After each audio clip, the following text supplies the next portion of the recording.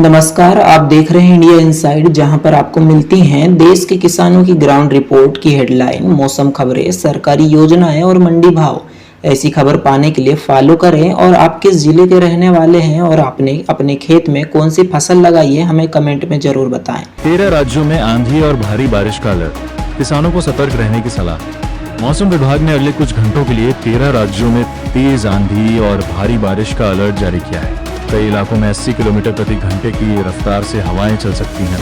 उत्तर प्रदेश, बिहार, राजस्थान, पंजाब, हरियाणा और हिमाचल प्रदेश के किसानों को विशेष सतर्कता बरतने को कहा गया है। खेतों में रखी फसल, भूसा और कृषि उपकरणों को सुरक्षित स्थान पर रखने की सलाह दी है। बिजली गिरने की घटनाओं की भी आशंका जताई गई है। नंबर 2, कमजोर मानसून की चिंता, कई राज्यों में बुआई पर असर का खतरा। देश के कई हिस्सों में मानसून की रफ्तार धीमी बनी हुई है।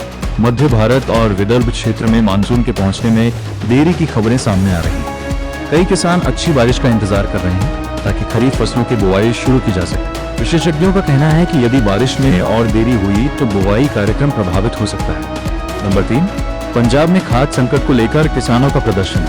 पंजाब के कई जिलों में किसानों ने यूरिया और डीएपी खाद की उपलब्धता को लेकर विरोध प्रदर्शन किया। किसान संगठनों का आरोप है कि बुआई सीजन के दौरान खाद की कमी और कालाबाजारी की शिकायतें बढ़ रही हैं। वहीं केंद्र सरकार का दावा है कि राज्य में पर्याप्त स्टॉक उपलब्ध है और वितरण व्यवस्था को मजबूत किया जा रहा है। नंबर 4, संयुक्त किसान मोर्चा ने बड़े जन आंदोलन का किया ऐलान। संयुक्त किसान मोर्चा ने पंजाब में पानी के अधिकार, भूजल संकट और कृषि से जुड़े व्यापारिक समझौतों के खिलाफ जुलाई में बड़े जन अभियान की घोषणा की है। किसान नेताओं का कहना है कि कृषि से जुड़े कई मुद्दों पर किसानों की आवाज को अनदेखा किया जा रहा है। संगठन ने चेतावनी दी है कि मांगे पूरी नहीं होने पर आंदोलन और तेज किया जाएगा। नंबर 5, खरीफ फसलों के एमएसपी में बढ़ोतरी का असर दिखना शुरू। केंद्र सरकार द्वारा 14 खरीफ फसलों के न्यूनतम समर्थन मूल्य में बढ़ोतरी के फैसले का असर अब किसानों के बीच दिखाई देने लगा है। मूंग, बाजरा, अरहर, कपास और तिलहन फसलों पर अधिक लाभ मिलने की उम्मीद जताई जा रही है। कृषि विशेषज्ञों का मानना है कि इससे दलहन और तिलहन उत्पादन को बढ़ावा मिलेगा। नंबर 6, धान की बुआई से पहले किसानों को कृषि विभाग की सलाह। कृषि विशेषज्ञों ने किसानों को सलाह दी है कि पर्याप्त बारिश होने के बाद ही बड़े स्तर पर धान की रोपाई शुरू करें। जल्दबाजी में बुआई करने से दोबारा बुआई की नौबत आ सकती है। कई राज्यों में कृषि विभाग किसानों को मौसम आधारित खेती अपनाने की सलाह दे रहा है। नंबर 7, भूजल स्तर गिरने से बढ़ी किसानों की चिंता।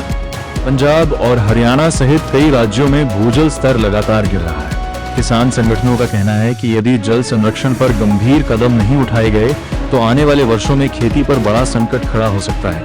नंबर 8, पूर्वी भारत में मानसून की प्रगति तेज।